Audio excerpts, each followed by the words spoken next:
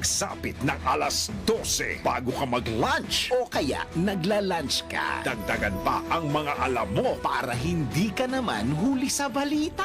live sa DWIZ Manila at sa lahat ng DWIZ News FM sa buong Pilipinas, Luzon, Visayas at Mindanao at mapapanood ng live sa Aliw 23 Free TV at sa lahat ng digital channel ng DWIZ ang Balitang Bayan. Mga balitang nangyari lang at kasalukuyang nangyayari. Balitang Bayan. Kasama ang opisyal na tagagising ng bayan, si Drew Nasino. Di ka aantukin kapag nalaman mo na ang latest sa Balitang Bayan. Sa patuloy na pagbabalita ng tama at paglilingkod ng tama. Balitang Bayan.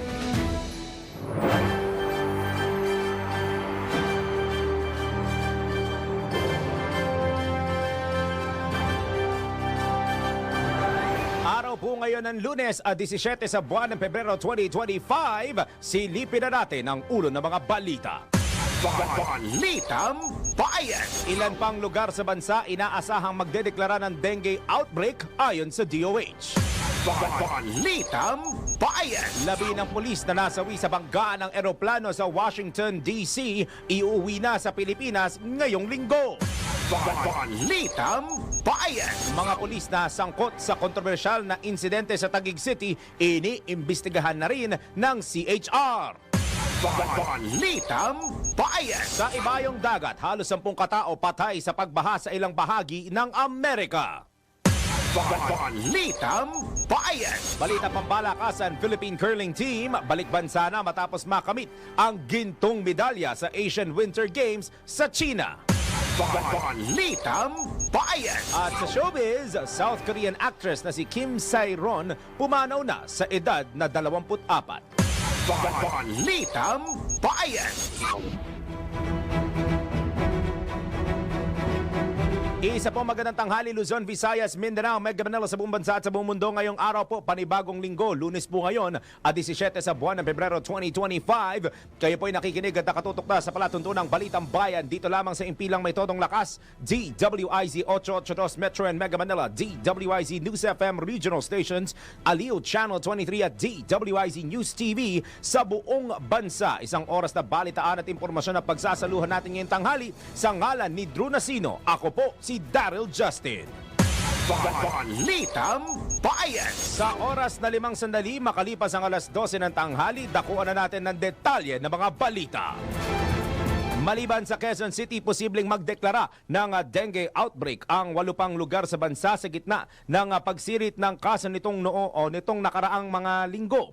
Ayon kay Health Spokesman Assistant Secretary Albert Domingo, ilan pa sa mga lugar ang inaasahang magdedeklara ng dengue outbreak. Inaasahang po magdedeklara ng dengue outbreak dahil sa mataas na kaso ng naturang sakit kabilang ang Metro Manila, Central Luzon at Calabarzon. Una na nagdeklara ng dengue outbreak ang Quezon City sa gitna ng matinding pagtaas ng mga kaso at hindi bababa sa 10 nasawi ngayong taon. Sa datos ng DOH, tumaas ang trend sa mga kaso ng dengue ngayong taon na may 28,234 na kaso noong Pebrero a 1. Balitang Bayan. Pinaigting pa ng lokal na pamahalaan ng Quezon City ang kanilang hakbang para tugunan ang dengue outbreak sa lungsod. Ayon sa LGU, nagpapatuloy ang ikinasang anti-dengue misting at spraying o fogging sa mga cluster areas o mahigit 100 barangay sa lungsod, gayon din sa mga paaralan. Maliban dito, patuloy na nakabantay ang health center para sa mga pasyenteng posibleng may kaso ng dengue. Kabilang sa mga isinasagawa rito ang dengue test, case investigation at active case finding sa layuning matukoy ang mga bagong kaso at mapigil ang lalo pang pagdami ng dengue sa komunidad. Una nang hinimok ng pamahalaang lungsod ang mga residente na huwag nang palalain ang simptomas o mag-self-medicate at magpakonsulta kung may sintomas ng dengue. Balitang bayan. Pinag-iingat po ang lahat ng ating mga kababayan dahil ako na po mismo, first-hand experience, hindi ho biro na magkaroon ng dengue. Yung iba kasi baka mamaya minamaliit, lalo na yung mga pinamumugaran ng mga lamok. Dahil ho doon sa mga pinamumugaran na yun, doon nagkakaroon ng malalaking bilang ng mga lamok at doon nagsisimulang kumalat ang sakit na dengue. Lalo na kadalasan na pinupunterian nito ay ang mga kabataan, lalo na yung mga chikiting na naglalaro lang naman sila sa labas, nag-e-enjoy lang naman sila, hindi nila magawa dahil bigla sila magkakaroon ng dengue. Kaya iba yung pag-iingat at mas mainam pa rin po na gawing araw-araw ang paglilinis ng inyong mga tahanan at kapaligiran para makaiwas kayo sa sakit na dengue. Balitang bayan. 8 minutos makalipas ang alas 12 ng tanghali, nananatiling food and mouth disease free ang Pilipinas. Ito'y matapos magkaroon ng hand, foot and mouth disease outbreak po iyan sa may Batangas. Ayon sa Bureau of Animal Industry, magkaibang sakit ang HFMD na nakakaapekto sa tao habang ang FMD naman ay sakit po ng hayop. Patuloy naman ang ginagawang hakbang ng Department of Agriculture o DA para protektahan ang livestock sector laban sa FMD.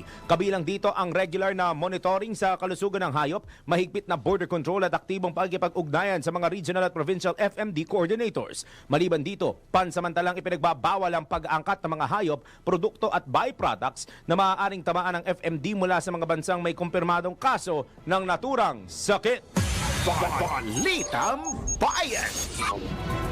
Sa iba pang tampok na balita sa oras na alas 12:09 ng tanghali, iniimbestigahan na rin ng Commission on Human Rights o CHR ang viral video ng 10 pulis na pumalya sa operasyon sa Taguig City. Sa panayam ng DWIZ, sinabi ni CHR Commissioner at spokesman Beda Epres na hindi malinaw ang pagsisilbi ng arrest warrant ng mga naturang pulis sa isang bahay sa nabanggit na lungsod. Maliban dito, binasag paan niya ng mga pulis ang CCTV ng tindahan ng biktima. Kung titingnan po natin yung video, kasi po yung ano po ng CHR ay limited rin pa lang po doon sa medyo nagtitrending ngayon na videos.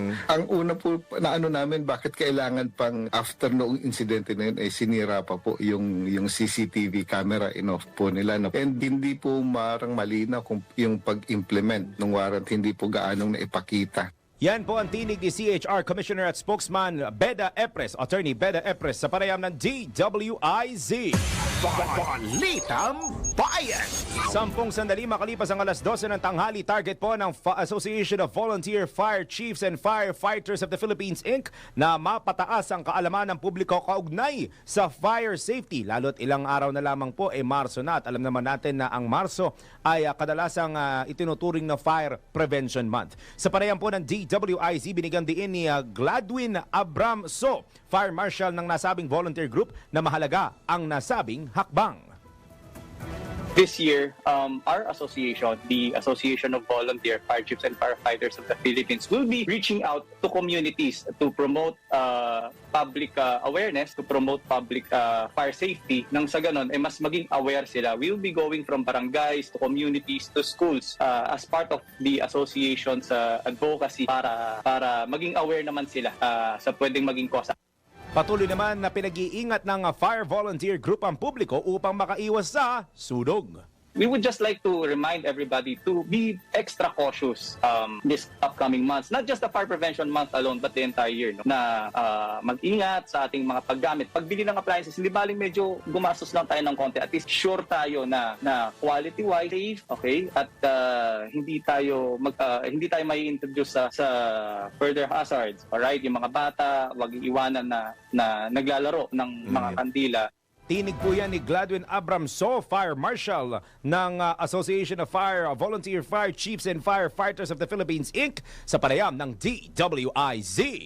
Balitang bayan. Kadalasan kasi nang nagiging sanhi ng mga sunog ngayon, pero mga nakaraang araw parang ang dami rin naging sanhi ng sunog, ang mga naging sunog sa magkakawibang lugar dito sa Metro Manila. Kadalasan ang iniimbestigahan nila dito kung hindi naiwang kandila, faulty wiring o kuryente mismo. Kaya mas maganda po yung mga nagpapagawa ng bahay, o hindi kaya kung kilala pa ninyo, kayo may mga bahay o may mga unit ng kondo, mga townhouses man yan, mas magandang as early as now, 17 pa lang ngayon, mas magandang ngayon pa lamang po, pinasusuri nyo na po yan sa inyong mga electrical engineers o sa mga electricians ho ninyo para malaman na kung ano yung mga kailangan ninyong palitan, mga kailangan ninyong practices na dapat gawin na maganda para makaiwas po tayo at hindi na maperwisyo ang ating mga kapitbahayan, lalo na pagkala tayo ay natupok ng sunog.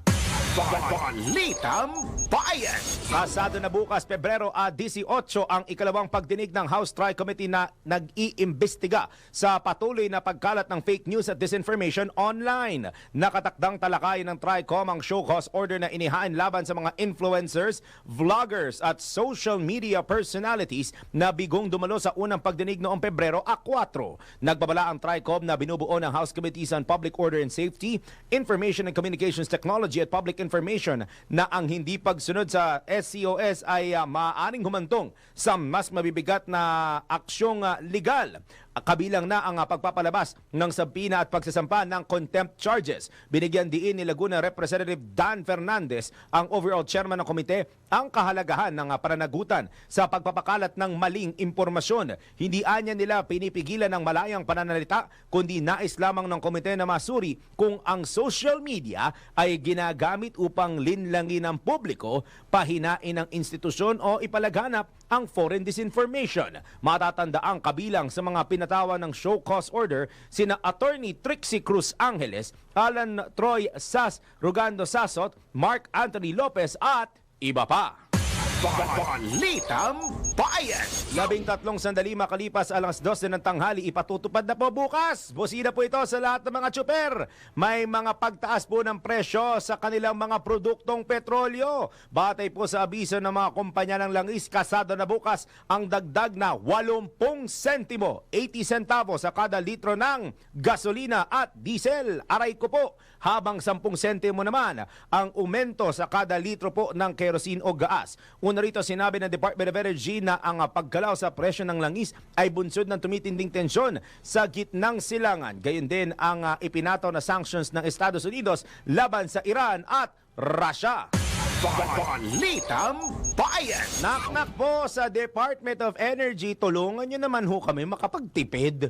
Lahat naman tayo gusto na makapagtipid ho tayo sa mga gastusin. Alam kong magastos magkaroon ng sasakyan. Di ba, Aldrin? Magastos magkaroon ng sasakyan. Pero yung dalang convenience, bakit natatawa si Aldrin, sabi niya, Sir, ikaw yung meron, di ako eh. Hindi, walang biro. Ikaw, may motor ka, di ba? Alam ko may motor ka. Kahit pa paano, magastos pa rin ang motor. Hindi biro ho ang maintenance. Tapos, sasamahan mo pa ng pagkataas-taas. Ang taas din ng pitch ko. Pagkataas-taas na presyo ho ng gasolina. Tulungan nyo naman ho kami makatipid. Pare-pares lang naman tayo na gustong may kitahin at the end of the day. So, tulungan nyo kami para hindi na namin maramdaman ang napakasakit na pagtaas ng presyo ng bigas, tuloy sasabihin ko, ng gasolina. Balitang Bayan. Sa iba pang paksa ng balita, dapat na hintayin na lang kung ano ang magiging aksyon ng Korte Suprema sa petisyon na nananawagan sa kataas-taasang hukuman na mag-issue ng writ of mandamus na nag-uutos sa Senado na agarang mag-convene bilang impeachment court. Ito ang sinabi ni Senate Minority Leader Coco Pimentel, pero tumanggi ang mamabatas na magbigay ng anumang komento kaugnay ng naturang petisyon. Ayon sa senador, may mandato ang Senado na agarang magsagawa ng impeachment trial dahil nakasaad sa konstitusyon ang katagang forthwith o ibig sabihin ay agad-agad. Maaaring maantalaan niya ang isang buwan o ng isang buwan ang pagsasagawa ng impeachment trial dahil may mga proseso pang dapat gawin tulad ng pagbuo ng bagong impeachment rules at pagsasagawa ng pre-trial. Una nang sinabi ni Senate President Francis Chis Escudero na malamang pagkatapos pa ng State of the Nation address ng Pangulo sa huling araw ng Lunes sa buwan ng Hunyo, may iba nga nagsabi, mababasa pa raw to, favorite namin ni Maine Barreto ito, sa June 2, ang oras, 3 p.m. Yan sinasabi ng iba. Pero ito naman si SP Escudero, sinabi, malamang pagkatapos pa po ng SONA, sa huling araw ng Lunes sa buwan ng Hulyo, masimulan ang impeachment trial. Balitang Bayan. 16 na sandali makalipas ang alas 12 ng tanghali, tanggap na tayo ng mga report. DWIZ Patrol Report. Publiko hinikayat na i-avail ang malapit nang matapos na estate tax amnesty mula sa mataas na kapulungan ng Kongreso. Naroon si Patrol 19 Sally Ortega Bueno. Samantalahin ay binigay na extension para sa estate tax amnesty program ng gobyerno kung saan pinalawag ang deadline hanggang sa June 14 ng taong kasalukuyan. Ito ang panawagan ni Senate Committee on Ways and Means Chairman Senator Sherwin Gatchalian, partikular sa mga tagapagmana at beneficiaries ng mga ari-arian ng mga pumanaw na. Ngayong Tax Awareness Month, ipinaalala ni Gatchalian na makabubuting magbayad ng estate tax bago ang deadline sa Hunyo para maiwasan ang pagbabayad ng multa at interesa. Sa ilalim ng amnesty program na sinimulay patupad noong June 15, 2023, hindi pagbabayaran ng multa at interes sa mga hindi nakapagbayad ng estate tax para sa mga minanang ari-arian mula May 31, 2022 pababa. Pinalawig nito ang programa na dapat sana hanggang noong June na nakaraang taon lamang. Ayon kay Gatchalian na principal author at sponsor ng Republic Act 11965, ang batas na nag-extend ng amnesty program sa pagbabayad ng buwis, maidodokumento ang kanilang pagmamayari sa anumang ari-arian at masisiguro ang kanilang karapatan. Mabibigyan anya ng pagkakataon ng mga taxpayers na gawing formal ang kanilang pagmamayari ng anumang property at masiguro nila ang kanilang mga karapatan bitang ni hitimong may-ari. Sa batas, pwedeng bayaran manually o electronically ang buwis sa alinmang otorisadong bangko o sa revenue district offices ng BIR. Pwede rin magbayad ng installment kung malaki ang babayaran ng tagapagmana o beneficiaries. Tax Awareness Month ngayong buwan ng Pebrero kung saan hangarin na mahikayat ang publiko na suportahan ang pagsisikap ng pamahalaan na makolekta ang tamang buwis. Ito sa Patrol 19, Sally Ortega Bueno para sa impilang metodong lakas sa DWIC. Nagbabalita ng tama, naglilingkod ng tama. Balitang Bayan! Kuha naman tayo ng balita mula sa Metro Patrol. Metro Patrol reports! Lalaki natimbog sa mahigit na 163,000 na halaga ng shabu sa Valenzuela. Naroon ang ating kasamang si Kuya Danny Cruz. Natiklo ng drug suspect sa ikinasang bypass operation sa Karuhatan Public Cemetery sa lungsod ng Valenzuela. Naaresto ng mga tauhan ni Police Colonel Nixon Cayaban ng tulak na nakilalang si Reynaldo Loberas alias Tata, 40 taong gulang ng Kalye 11 sa Barangay T. De Leon sa Valenzuela. Sinabi ng hepe ng Valenzuela Police ang suspect na si Tata ay nasa listahan ng Station Drug Enforcement Unit na responsable sa bentahan ng iligal na droga sa lugar. Nasamsam sa poder nito ang 2 transparent plastic sachet na naglalaman na hininalang shabu na tumitimbang ng 24 na gramo na umaabot ang halaga sa mahigit 163,000 piso. Nabawi din ng mga pulis ang Valenzuela ang ginamit na bypass money sa suspect. Kinasuhan na si alias Tata sa paglabag sa Section 5 at Section 11 ng Article 2 ng Republic Act 9165, delivery, distribution at transportasyon ng iligal na droga. Metro Patrol, Danny Cruz, nag-uulat sa impilang may todong lakas. DWIC, nagbabalita ng tama, naglilingkod ng tama. Balitang Bayan! Samantala, isa pa pong report. DWIZ Patrol Report! Labi ni Colonel Malabed na nasawi sa plane crash sa Amerika, nakatakda ng iuwi ng bansa sa loob ng linggong ito. Kuha tayo ng live report mula kay Patrol 17, Jopel Peleño. Kuyang Jopel, may eksaktong date na ba yung pagbalik ng labi ni Colonel Malabed o wala pa? Wala pang eksaktong araw, Justin, ano? At nakatakda na nga iuwi sa bansa sa loob ng linggong ito ang labi ni Police Colonel Perhinto Malabed na nasawi sa naganap na mid-air collision sa Washington, D.C. Sinabi ni PNP spokesperson Brigadier General Jane Fajardo na ilalagak ang labi ni Malabed sa PNP mortuary sa Campo Crame sa February 21 at ililipat sa Manila Memorial Park sa Santa Rosa, Laguna sa February 24. Habang isasagawa naman ang cremation sa Pebrero 25. Dadalhin sa huling hantungan ang abo ni Malabed sa February 27. Matatandaan na nasawi si PNP Supply Management Division Chief Colonel Malabed matapos na bumangga sa US Army Black Hawk helicopter ang kanyang sinasakyan na American Airlines flight na malapit sa Reagan National Airport. Una na nga nagpaabot ng pakikiramay ang pambansang pulisya sa naulilang pamilya ng umaasyal yag manitan ng kanilang hanay ang na tapat na pagserbisyo at ng may tangal, integridad at dedikasyon na ito si Patron 17 Chapel Pelay. Para sa himpilang may kadalakas, WI balita ng tao, nagliling tama. Balitang Bayan. Maraming salamat kay Patrol 17 na Jopper Peleño. Medyo nagka-utal-utal na yung linya niya pero that happens. Samantala, isa pa pong report. DWIZ Patrol Report. PCSO naghatid ng tulong sa San Mateo Rizal para sa mga probationers at parolees. Sure to? Pamela Monterde, kapatid ni TJ, sure to? O sige, tanggap tayo ng report mula kay Angelo Bainyo.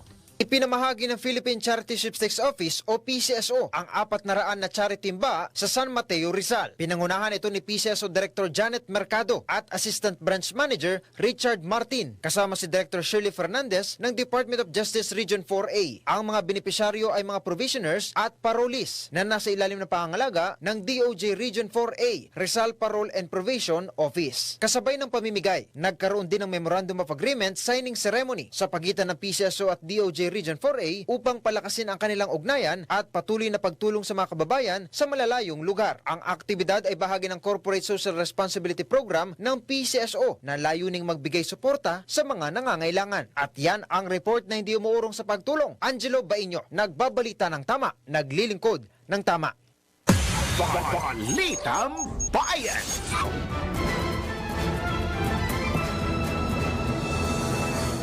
PCSO ay kawang gawa. Sa bawat ticket po ninyo, bawat ticket natin, sigurado tiyak na may matutulungan at natutulungan ho tayong mga kababayan ho natin sa kanilang pangangailangan medikal, lalo po yung mga may malubhang karamdaman. Dahil sa PCSO, basta kawang gawa at pagtulong, hindi kanila uurungan. Kaya palaging tandaan, ang bawat taya may kawang gawa. Balitang Bayan. Boss Drew, miss ka na namin. Standby sa mga reporter sa labas ng himpilan. Magbabalik ang Balitang Bayan makalipas lamang ilang paalala. Philippine Standard Time. 24 minutos makalipas ang alas 12 ng tanghali. Oras hatid sa inyo ng PhilHealth para sa bawat Filipino. Oras hatid sa inyo ng Arena Plus. Sa Arena Plus, astig sa sports. Download Arena Plus app now in App Store. You can watch it also on arenaplus.ph. Sa Arena Plus, astig sa sports. Gaming is for 21 years old and above only. Keep it fun, game. Mga balita sa Balitang Bayan. Kasama si Drew Nasino. Punta na tayo sa ikalawang sigwala ng Balitang Bayan sa oras na alas 12:29 ng tanghali. Inyo pa rin pong kasama si Daryl Justin. Dakuan ulit natin ang detalye ng mga balita. Balitang Bayan. Pinagmamadali ng isang senador ang mga otoridad na buwagin ang criminal syndicates na nag-ooperate sa bansa. Kasunod ito ng ulat na may 2 Pilipino ang muntik nang maging drug courier sa Malaysia. Ayon kay Senador Sherwin Gatchalian, kailangan na makipagkoordinasyon ang National Bureau of Investigation na NBI at iba pang law enforcement agencies sa kanilang counterpart overseas para labanan ng drug trafficking at iba pang transnational crimes na bumibiktima sa mga kaawa-awang mga Pilipino na naghahanap ng mapapasukang trabaho abroad. Bukod dito, dapat din anyang palakasin ng Department of Migrant Workers o DMW, Department of Foreign Affairs o DFA, Interagency Council Against Trafficking at iba pang kinaukulang ahensya ng pamahalaan ang mga hakbangin para protektahan ang mga overseas Filipino workers na mabiktima ng krimen tulad ng drug trafficking. Balitang Bayan. Alas 12:30 ng tanghali, nakatutok na ang Commission on Human Rights sa ikakasang Oplan katok ng Philippine National Police o PNP ngayong election period para sa May 2025 elections. Sa panayam ng DWIZ, sinabi ni CHR Commissioner at spokesman Beda Epres na hindi maaaring kumatok ang pulisya kung saan-saang bahay upang magtanong kung mayroong expired gun license o hindi lisensyadong armas. Sa halip, dapat tukuyin ng PNP kung sino ang may pasong lisensya ng baril. Aabutan na tao doon sa bahay ay talagang maging firm sa kanilang stand na ang dapat na gawin lang po ng ating kapulisan as to remind. Hanggang doon lang po yun. Hindi po pwedeng pumasok, hindi po hanggang i-remind lang na i-renew yung kanilang licenses. Kinumpirma mismo ni Attorney Epres na wala pa silang natatanggap na reklamo kaugnay sa Oplan Katok. Ganun pa man po ay kami po ay magmo-monitor sa maging kaganapan nito, lalong-lalo na po doon sa ilalabas nilang guidelines dahil maganda naman po ang coordination at ang usapan ng CHR at ng COMELEC. So pagka nakapaglabas po sila ng guidelines, kami po ay hihingi ng kopya ng guidelines na ito para alam rin po namin yung parameters po nitong revitalized Oplan Katok ng PNP. Tinig po yan ni CHR Commissioner at Spokesman Attorney Beda Epres sa pareham ng DWIZ. Balitang Bayan! Alas 12:32 ng tanghali, iniimbestigahan na ng Commission on Elections o COMELEC ang isang party list group na sinasabing sangkot po sa, makinig ha, vote buying sa Baguio at Benguet. Ayon kay COMELEC Baguio Election Supervisor John Paul Martin, agad siyang nagtalaga ng verification team nang makita ang larawan kung saan namamahagi ang nasabing party list ng 100 piso kasama ang membership ID. Gayunman, hindi pa tukoy kung saang eksaktong lugar sa Benguet nangyari ang sinasabing vote buying. Nangako naman si COMELEC Cordillera Regional Director Attorney Julius Torres na pakikilusin na nila ang kanilang mga komite laban sa vote buying at vote selling. Balitang Bayan! Mas magandang polisiya sana para sa mga nagvo-vote buying dyan. Mas maganda po automatic disqualification. Bagamat may makukuha silang boto at hindi naman kinakailangan na tanggalin ang kanilang mga pangalan sa balota o kung pangalan ng mga grupo nila sa balota, dapat agad-agad kung may makikita silang ebidensya, the mere fact na may nagre-report online o nakikita at napopost online na may vote buying o vote selling na nagaganap, for me, hindi na dapat siya nakauupo kaagad-agad. Hindi na kaagad yan na iluluklok kaagad sa pwesto. Para naman sinabi ninyong, sorry sa word, susyong mga Pilipino para hindi malaman kung sino tamang dapat iboto, sa tingin ko, sa lahat na nangyayari ngayon sa bansa natin, natuto na ang ating mga kababayan na hindi na basta-basta magpapadalo sa pagboto dahil lang masisilaw ka sa, magkano yun? Magkano sa halagang 100 piso? So, ano to, Aldrin, isang mix and match, di ba? O isang mix. Gawin nyo naman dalawa, sabi ni Pam, tsaka ni Jem. 200 pesos para dalawang mix and match daw yung kailangan. Pero again, paalala namin sa DWIZ at Aliw Channel 23, iboto ang tama, itama ang boto. Balitang Bayan! Halatang gutom na si Daryl Justin. Sa oras na alas 12:34 ng tanghali, maaari nang makita ang listahan ng mga senatorial candidates na maaaring gumamit ng kanilang social media accounts para sa pangangampanya. Pero di ba may ibang nangangampanya na hindi pa nilalabas tong listahan na to? O ngayon, magkakaalaman tayo. Panigurado sa mga debate, ito gagamitin nila ito. Ito ay matapos ilabas ng Commission on Elections ang listahan ng mga senatorial candidates na nakapagrehistro na ng kanilang mga social media accounts at pinayagang gamitin ng mga ito sa kanilang pangangampanya para sa May 12 midterm elections. Batay sa social media post ng poll body, pinayagan ng Commission on Bank ang 29 na kandidato sa pagkasenador na gamitin ang kanilang mga social media accounts para sa pangangampanya. Kaugnay nito, pinayagan rin ang mga inirehistro na online campaign platforms ng nasa 85 party list groups.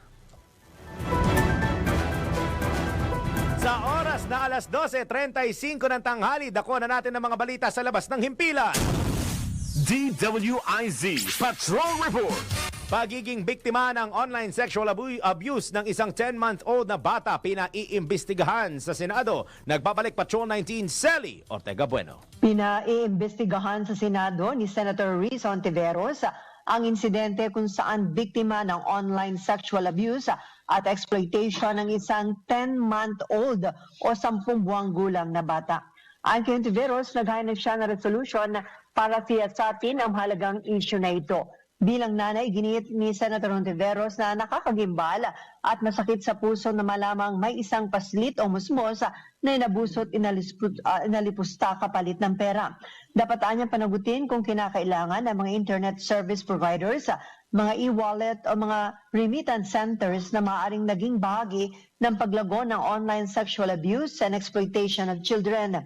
Pinuri ng Senadora ang National Bureau of Investigation Human Trafficking Division makaraang maaresto ang perpetrator sa kaso na ito ng online sexual abuse.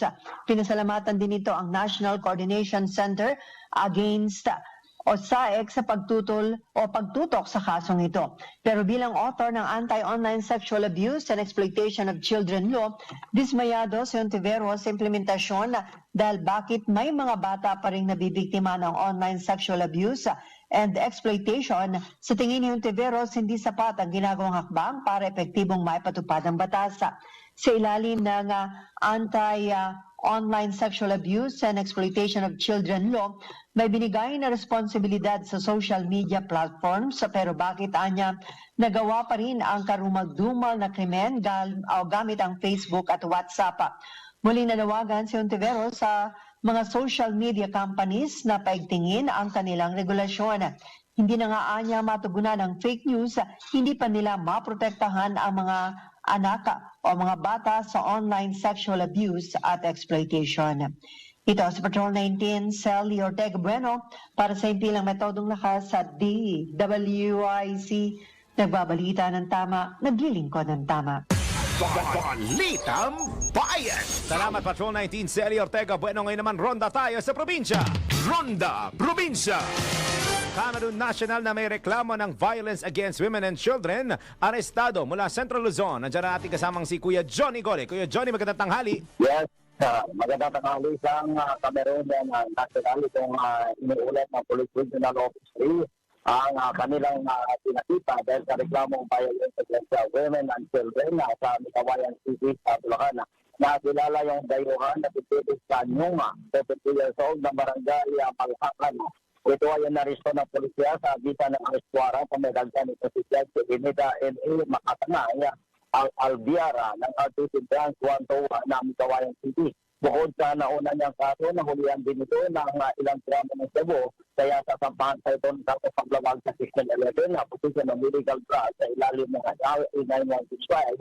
Doon na lang, naka-comprehensive dangerous drugs sa 2002 sa City Secretary's Office habang nasa kustodiya na ngayon ito ng pulisya. Kaya dito sa Campo Olivas, Pampanga, ito si Central Santa Paula, Conegole, para sa Intina ni Sodo Lakas, WIC na nagbabalita na tama, naglilingkod na tama. Balitang Bayan! Maraming salamat Kuya Johnny Gole. Sa oras na alas 12:39 ng tanghali sa iba pang paksa ng mga balita, nagpaalala ang Commission on Elections o COMELEC sa mga kandidato na kinakailangan nilang magpasa ng report kaugnay sa mga ginagamit nilang campaign materials sa panahon ng kampanya. Ayon sa COMELEC, iba pa ang nasabing reports sa ipinapasang Statement of Contributions and Expenditures o yung tinatawag na SOSE. Matapos po ang halalan, ang ipinasusumiting report nila ay inventaryo ng mga environment-friendly at sustainable materials na ginamit sa pangangampanya. Binigyang diin pa ng COMELEC na nararapat ding magpasa ng kaparehong report ang sino mang magdodonate ng campaign materials sa mga kandidato. Maaari namang ipasa ang nasabing dokumento sa pamamagitan ng email o personal na magpasa sa mga tanggapan ng COMELEC. Balitang Bayan! Samantala na itala ang isang minor phreatic eruption event sa Bulkang Taal na tumagal ng 4 na minuto. Ayon sa PVOX, naitala rin ng 2 volcanic earthquakes kabilang ang isang volcanic tremor na tumagal ng 71 minuto. Mahigit 1 kalahating oras ata ito. Umabot naman sa 2,100 metrong taas ng plume at 407 na tonelada ng asupre ang inilabas po ng bulkan. Sa ngayon, nakataas pa rin ang alert level 1 sa nasabing bulkan. Balitang Bayan! 20 o 19 at kalahating minuto bago mag-alauna ng hapon, ronda tayo ulit sa probinsya. Ronda Probinsya! Local candidate sa Aurora Province nagsuko ng kanilang armas sa pulisya mula Central Luzon. Nagbabalikan natin kasamang si Kuya Johnny Gole. Yes, nasalabing dalawang iba't-ibang nakalibre ng armas itong pinuko ng mga nasabing o itong mga kandidato para sa lokal na petisyon sa Camp State Victor sa Valera, Aurora sa nasabing lalawigan.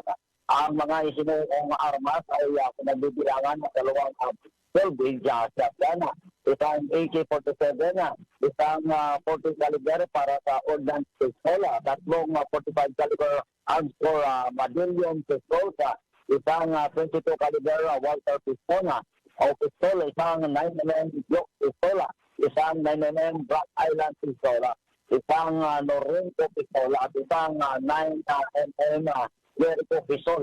ayon dito sa Aurora Police, bawang mga pasunay sa mga dokumento na nataging pa isinukong armas ng mga kandidato.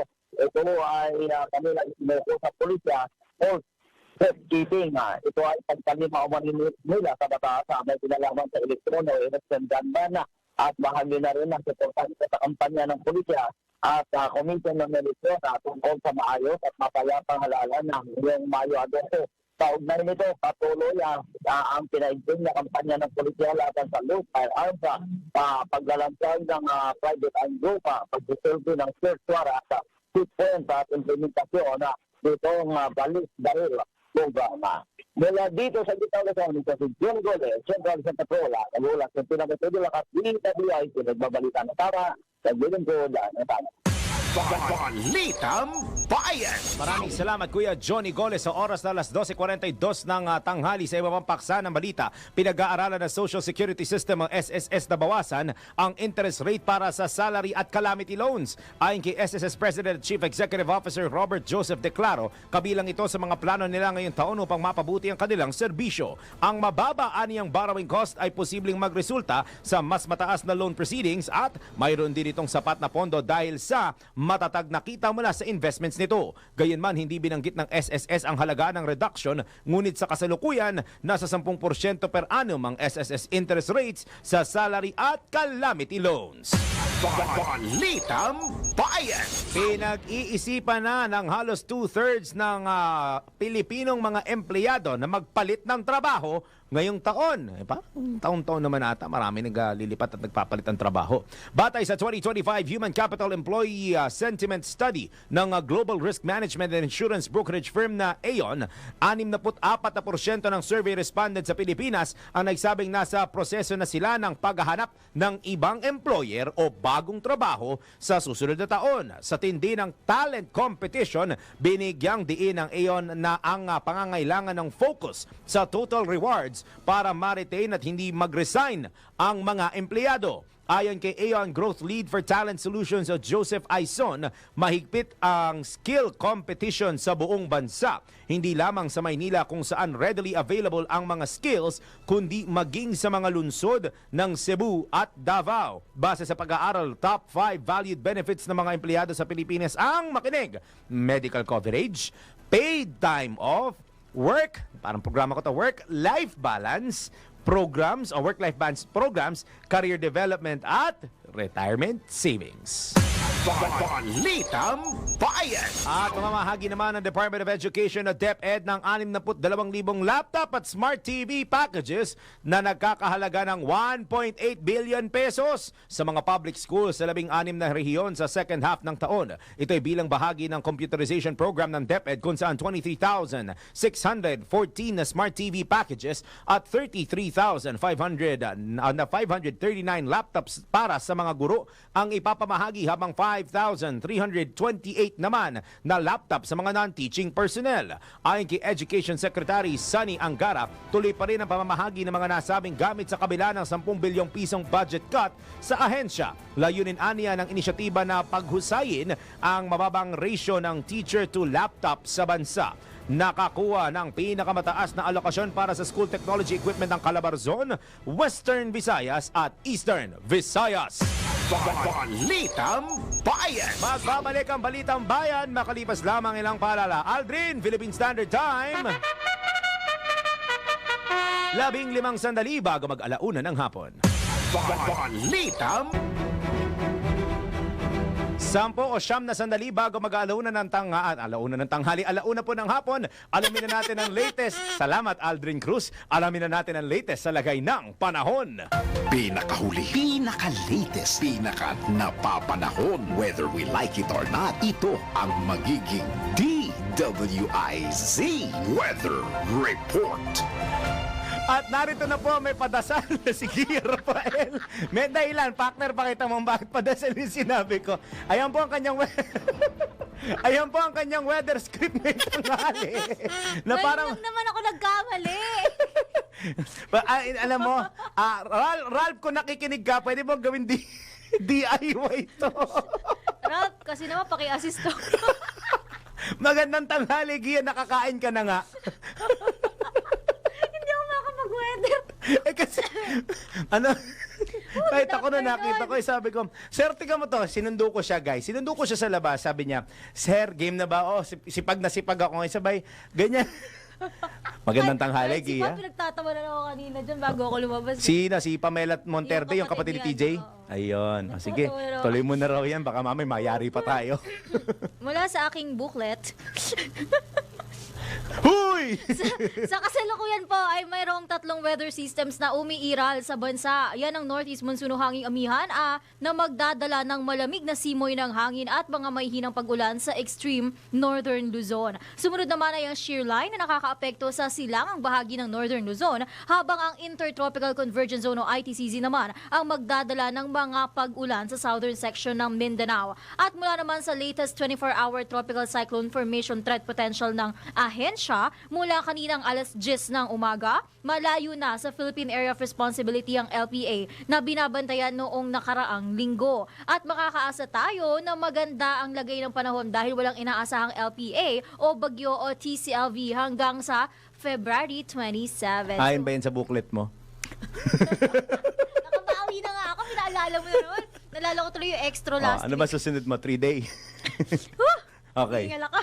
Okay, At sige. sa atin naman, 3-day weather outlook ayon nga sa aking booklet, asahan ng mga pag-ulan bukas sa Metro Manila, ngunit improving weather naman sa Wednesday at Thursday. Nasa 25 hanggang 32 degrees Celsius ang temperatura dito. Sa Metro Cebu naman, asahang isolated rains and thunderstorms bukas at Huwebes, ngunit cloudy conditions naman sa Wednesday. Maglalaro naman sa 25 hanggang 32 degrees Celsius ang temperature. Habang sa Metro Davao, maulap ang papawirin hanggang Miyerkules at asahan ng isolated rains and thunderstorms sa Huwebes. At nasa 24 to 32 degrees Celsius naman ang temperature dito. Okay. So, Okay. ano nang susunod ang booklet mo? Ayon sa aking booklet, Ayan. amihan na raw po ang next.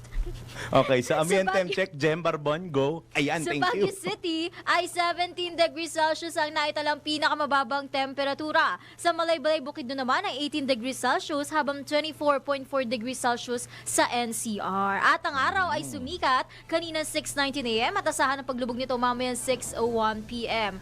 Pwede ka nang tumawa bang di pa ako Hindi, nag-extra? mag-extra ka na kasi may live report daw susunod. Do. Nakatambay na si Jelly. Okay, at yan po muna ang aking latest weather report ayon sa aking booklet, whether you like it or not. Ako po si Gia Rafael, nagbabalita ng tama, naglilingkod ng tama. Pinakahuli, pinaka-latest, pinaka-napapanahon, whether we like it or not, DWIZ Weather Report. Balitang Bayan. Tanggap tayo ng isang live report. DWIZ Patrol Report. Pagkaantala ng impeachment trial, malaking hamon sa House Prosecution Panel. Mula sa mababang kapulungan ng Kongreso, naroon live si Patrol 30 Jelly Mendez. Jelly? Aminado si One Rider Party Representative Rog Gutierrez na malaking hamon sa binuong 11-man prosecution team ng Kamara ang pagkaantala ng impeachment trial ng Senado. Laban na yan kay Vice President Sara Duterte. Sa media press con, sinabi ni Congressman Gutierrez na nahihirapan ang panel sa pag-akda para sa paglilitis dahil hindi pa nila alam ang rules o yung magiging panuntunan ng impeachment court. Iginiit ng mambabatas na general preparations pa lamang ang ginagawa ng institution at sa lahat ng posibleng senaryo at ang timeline ng prosesong pahihintulutan at ipagbabawal maging ang pagkuha ng external lawyers. Anya, nagpapatuloy ang kanilang paghahanda kahit na makasipan ni VP Sara na magbitiw sa kasalukuyang posisyon dahil meron kanyang re-resolve ng perpetual disqualification. Welcome din sa mga tumatang ang inihangin ng Korte Suprema o inihangin po ng Korte Suprema para sa issuance ng right of mandamus upang atasan ng Senado na simulan na ang naturang paglilitis. Punto ng Kongresista, taong bayan at ulang luminaries na ang paliwanag ukol sa katagang COVID na nangangailangan ng agarang ibang laban sa impeachment case ng Vice Presidente. Mula sa mababang patulungan ng Kongreso, ito si Patrol 30. Jelly Mendez na buong lahat para sa impeachment metodong lakas sa DWIZ. Nagbabalita ng tama, naglilingkod ng tama. Balitang Bayan. Samantala, isa pa pong report. DWIZ Patrol Report. Kwalifikasyon ng mga pambato ng administrasyon sa senatorial race ibinida ni PBBM. Detalye, Patrol 13, Gilbert Perdes. Siniguro ni Pangulong Ferdinand Marcos Jr. na alam ng kanilang mga pambato sa senatorial race ang trabaho sa mataas na kapulungan at hindi makakwestiyon ang kanilang karanasan. Ayon kay Pangulong Marcos, hasang-hasa ang kanilang line-up para sa kakaharapin ng mga itong trabaho sa hinaharap habang ibinida rin ng Pangulo ang mga karanasan ng kanilang mga pambato. Ipinagmalaki pa ng Pangulo ang karanasan ng administration candidates na anya hindi lamang mula sa legislatura kundi hindi rin matatawaran daw ang esperyensya ng mga ito bilang mga dating miyembro ng gabinete. Hindi anya kailangan pang magtanong-tanong ayon sa Pangulo ng kanilang mga pambato sa sandaling magsimula na magtrabaho mga ito sa upper chamber. Pagtitiyak pa ng Pangulong Marcos may kakayahang patakbuhin ng maganda ang pamahalaan ng kanilang mga kandidato. Patrol 13, Gilbert Perdes para sa Himpilang May Totonas. DWIZ, nagbabalita ng tama, naglilingkod ng tama. Balitang Bayan. At yan na po ang kalipunan ng mga balitang itinampok sa Balitang Bayan ngayong araw ng Lunes, February 17, 2025. Bago tayo pansamantala magpaalam, Aldrin Fire! Batiin na natin ang ating mga nagdiriwang ng kaarawan ngayong araw na ito. Unahin natin ang DWIZ at Aliw researcher. Pamilyar siya dito, si Shane Yang. Shanine! Ay, si Para Shane. At ang station manager ng DWIZ News FM 92.3 Legazpi, si Kuyang Ronnie Beren. Ang aming pagbati sa inyo, sino yan? Ikaw din ba birthday mo? Sa nagdiriwang ng kanilang Ayaw nga! Oo. Pati nanay po ni Maine Barreto. Happy birthday. Salamat sa pagbati. Happy birthday Ang bati na sa inyong lahat. Ang hangad namin ay mabusog nyo kami. happy birthday po sa inyo at sa lahat ng diriwang ng kanilang kaarawan ngayong araw na ito ng February 17. Happy birthday po sa inyo. Sa ngalan po ng buong pwersa ng Aliw Channel 23 at DWIZ, ako po si Daryl Justin. Nagbabalita ng tama, naglilingkod ng tama. Pahabol, happy birthday daw po kay Amanda Barreto. Ayan. Susunod na po ang programang DWIZ Network News kasama ang aking pang-umagang partner na si Maine Barreto. Pagsapit ng alas 12 bago ka